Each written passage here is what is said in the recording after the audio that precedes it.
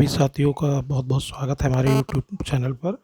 साथियों, जैसा आपको विगत है कि बहुत जल्द ही निष्ठा प्रशिक्षण के जो मॉड्यूल्स हैं उन पर आधारित एक परीक्षा होने वाली है, जिसमें हमको 60% अंक प्राप्त करना ज़रूरी होगा।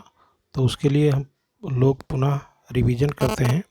आज हम लोग जो यूपी निष्ठा का मॉड्यूल 2 है, स्वस्थ विद्यालय पर्यावरण बनाने के लिए व्यक्तिगत सामाजिक योग्यता विकसित करना, उसकी जो प्रश्नोत्तरी है उस पर उसके प्रश्नों का हम लोग सही उत्तर जानेंगे।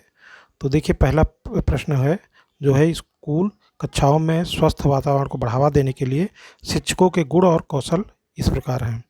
तो इसमें जो ऑप्शन है हमारे, संवेदनशीलता और नियंत्रण, सहानुभूति और देखभाल, संवेदनशीलता और देखभाल, संवेदनशीलता और आशंका। तो इसमें जो तीसरा ऑप्शन है संवेदनशीलता और देखभाल, वह सही है। चलिए हम अगले प्रश्न पर बढ़ते हैं। दूसरा प्रश्न है, बच्चों के समूह में के बीच द्वंद्व के मामले में आप एक शिक्षक के रूप में कौन सी युक्ति का उपयोग करेंगे? इसके ऑप्शन है, अपने अधिकार का उपयोग करें और मुद्दे का फैसला करेंगे, बच्चों के बीच संवाद करने में सहज बनाएंगे, स्कूल प्रधानाचार्य को मामले के बारे में सूचित करेंगे, मामले को अपने आप हल करने के लिए छोड़ देंगे। तो इसके लिए साथियों, जो दूसरा ऑप्शन है, बच्चों के बीच संवाद करने में सहज बनाएंगे, ये सही है मेरे ख्याल से। अगले प्रश्न पर जानते हैं, तदानुभूत क्या है? इसके ऑप्शन है, दूसरों के लिए खेद महसूस करना, अपने स्वयं को समझना, किसी और की तरह महसूस करना और सोचना, अपने और दूसरों से तर्क करना। तो तदानुभूत का मतलब दूसरे की तरह महसूस करना और सोचना होता है। तो इसका ऑप्शन 3 सही होगा साथियों। नेक्स्ट प्रश्न है, एक शिक्षक संवेदनशीलता के गुण को चित्रित दर्शा सकता है, और इसके ऑप्शन है, दूसरों की राय लेकर, दूसरों के साथ काम करने की क्षमता होना, दूसरों के व्यक्त और दूसरों को समग्र करना, दूसरों की भावनाओं और विचारों से अवगत होकर।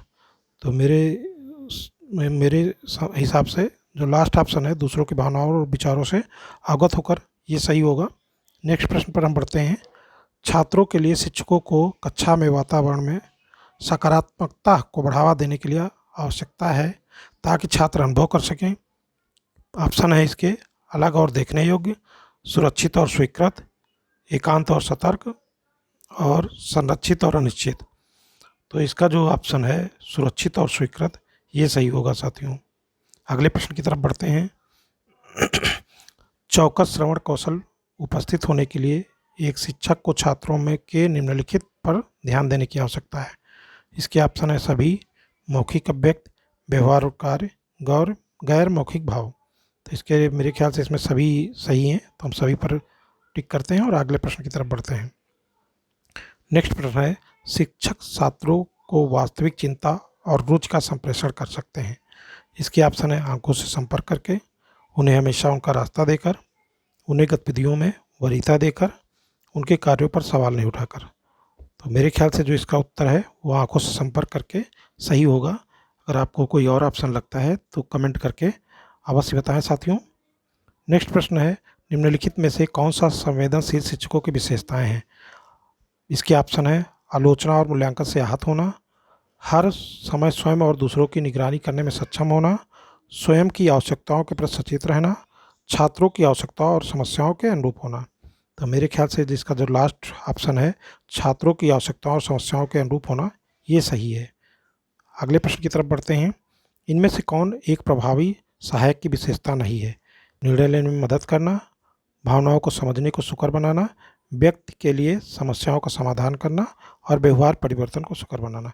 तो मेरे ख्याल से व्यक्ति के लिए समस्याओं का समाधान करना कोई सहायता हम उसकी नहीं कर रहे हैं, उसके तो वो सहायक की विशेषता नहीं होगी।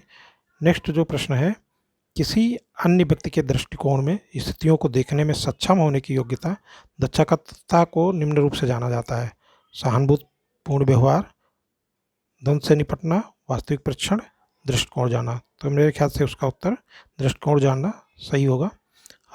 देखिए सही साथियों कि अब हमने 10 प्रश्न कर दिए हैं, 10 प्रश्नों के आंसर हमने दे दिए हैं। अब सबमिट करते हैं और अपना स्कोर जानने का प्रयास करते हैं।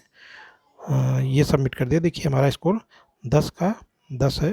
तो सभी साथियों को बहुत बहुत धन्यवाद। हम लोग जल्द ही अपने नेक्स्ट वीडियो पर मुलाकात होगी और तब तक हम लोग अपना रिवीजन जारी रखें। धन्यवाद साथियों।